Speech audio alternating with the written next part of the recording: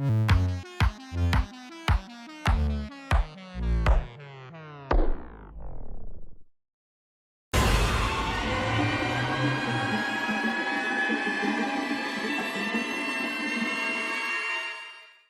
everyone, and welcome to Wicked Encounters, where we explore just what goes bump in the night. I'm your host Allie, and it's every horror fan's favorite time of year, October.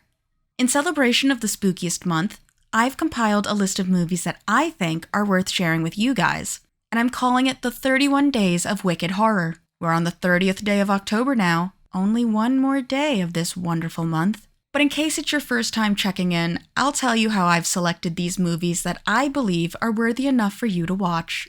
First off, none of the movies are going to be older than 20 years, so we can add some newer videos to our must-watch lists instead of continuing to repeat the same ones from 50 years ago.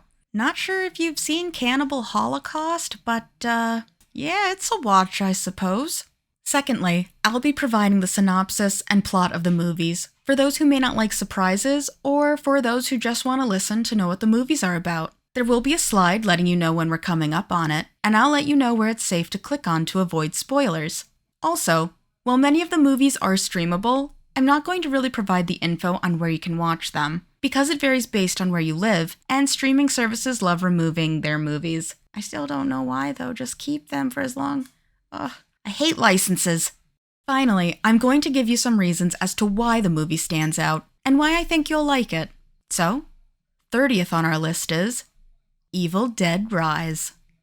Evil Dead Rise is a 2023 supernatural horror film written and directed by Lee Cronin and produced by New Line Cinema, Renaissance Pictures, Pacific Renaissance, and Wild Atlantic Pictures.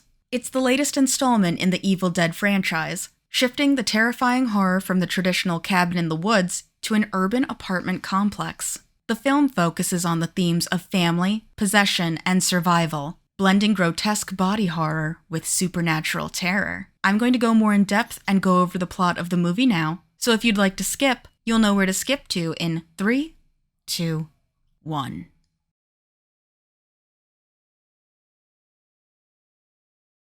The story opens in a remote lakeside cabin where 3 friends, Jessica, Teresa, and Caleb, are enjoying a weekend getaway. Their relaxation is cut short when Jessica begins to exhibit strange and disturbing behavior. In a shockingly violent scene, Jessica decapitates Caleb. This terrifying prelude sets the stage for the main storyline, hinting at the sinister forces at play.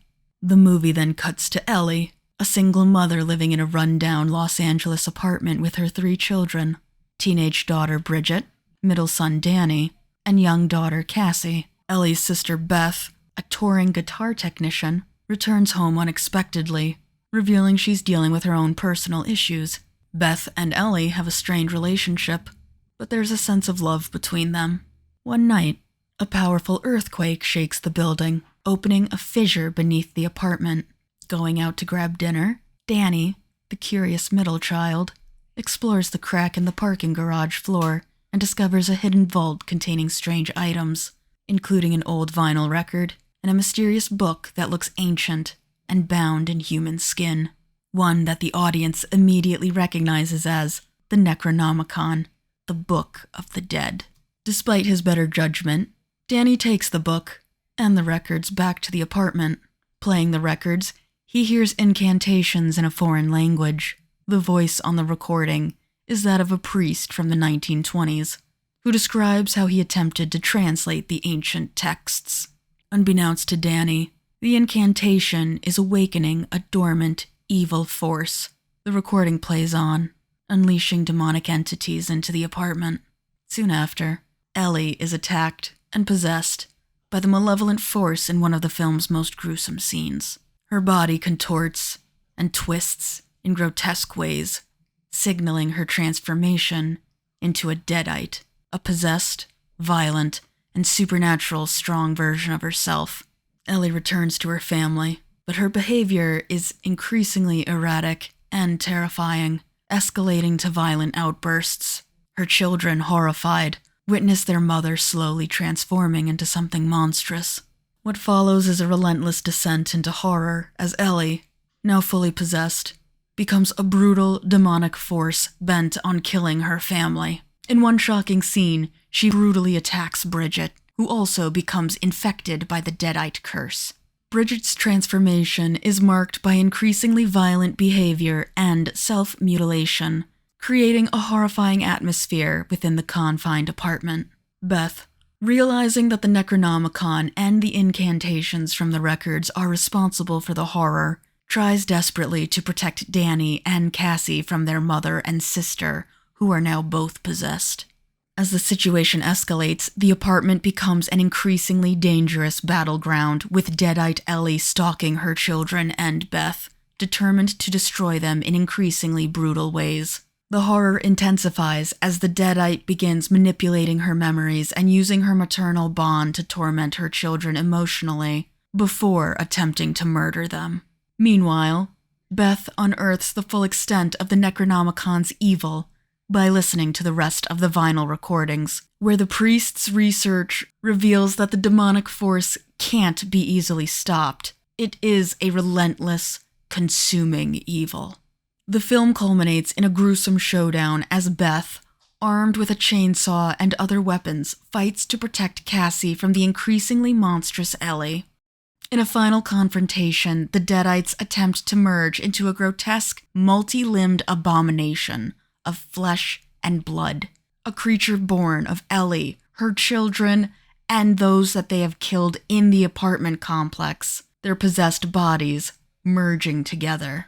In the final moments, Beth uses the chainsaw to dismember the monster, brutally ending the Deadites' reign of terror. As the sun rises, Beth and Cassie escape the blood-soaked building, leaving behind the carnage. The film ends with a disturbing scene showing that the evil presence has survived and possesses another unsuspecting person, suggesting that the curse of the Necronomicon is far from over. And with that, the film ends.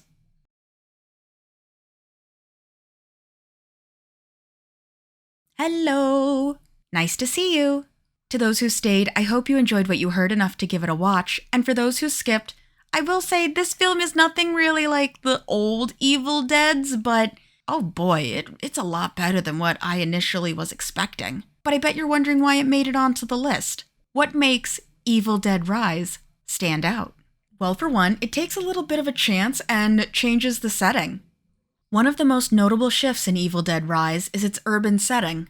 Unlike previous films in the franchise that were set in isolated cabins in the woods, this film takes place in a dilapidated apartment complex in the middle of a bustling city. The change of environment introduces a new type of claustrophobia, with the characters trapped in a cramped, deteriorating building, cut off from help in the middle of the city. This urban setting adds a fresh layer of dread and challenges the usual isolation trope.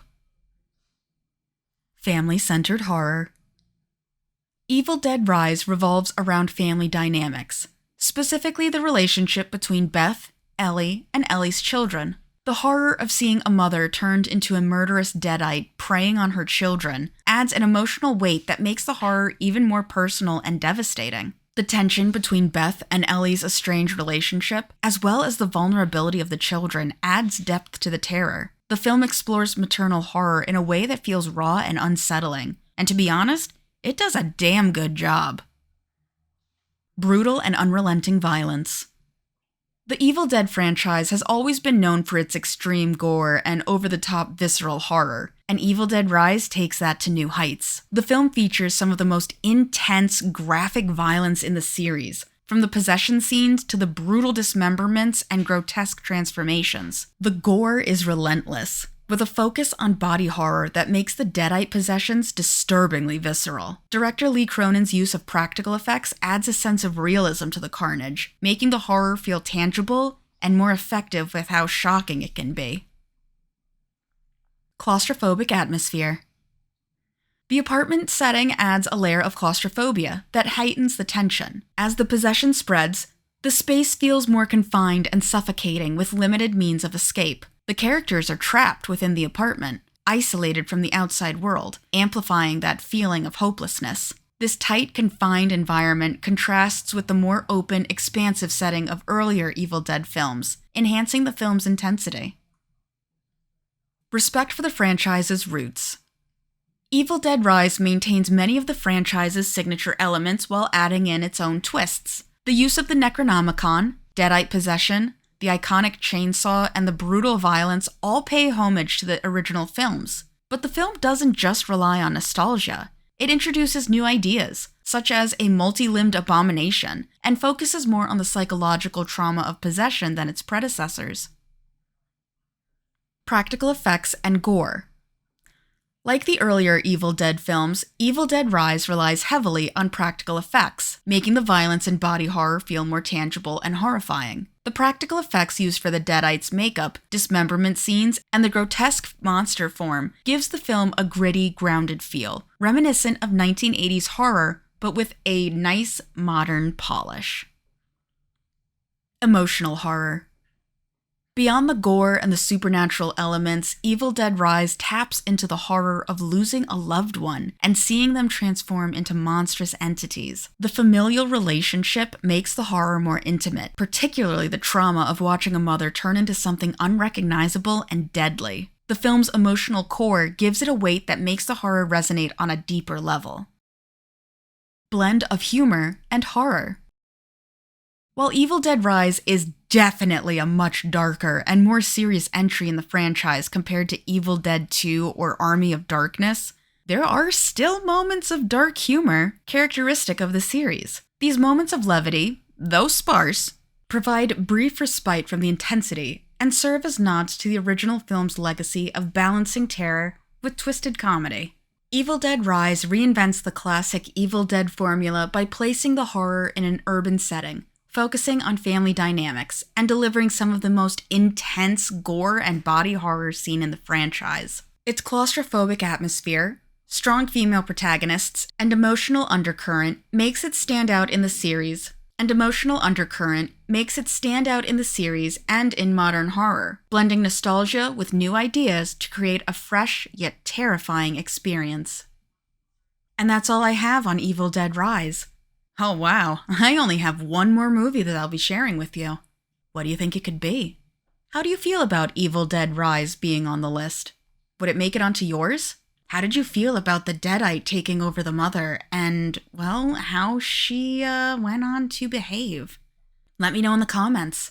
I'd love to discuss horror more in depth with you all, so feel free to join the Wicked Encounters Discord group.